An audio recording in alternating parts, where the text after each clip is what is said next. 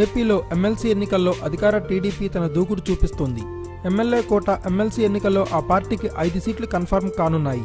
విపక్ష వైసీపీకి బలం ఉన్న ప్రకారం ఆ పార్టీకి కేవలం 1 స్థానమే దక్కనుంది. అయినా రెండో సీటు కోసం కూడా వైసీపీ తన రెండో అభ్యర్థిని ప్రకటించింది.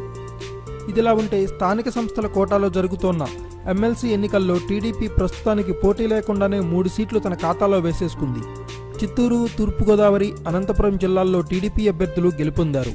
నామినేషన్ల ఉపసంహరణకు సాయంత్రం వరకు గడువు ఉండడం, పోటీలో టీడీపీ అభ్యర్థులు మాత్రమే ఉండడంతో అనధికారికంగా వారు ఎన్నికైనట్లే.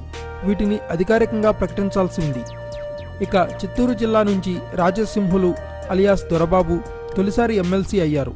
ఇక తూర్పుగోదావరి జిల్లా తాళ్లరేవు నుంచి 5 సార్లు గెలిచి మంత్రిగా కూడా పనిచేసిన చిక్కాలతో పాటు అనంతపురం జిల్లాలో గత ఉప ఎన్నికల్లో రాయదుర్గం నుంచి పోటీ చేసి ఓడిపోయిన గుణపాటి దీపక్ రెడ్డి కూడా ఎమ్మెల్సీలో ఏకగ్రీవంగా ఎంపికయ్యారు.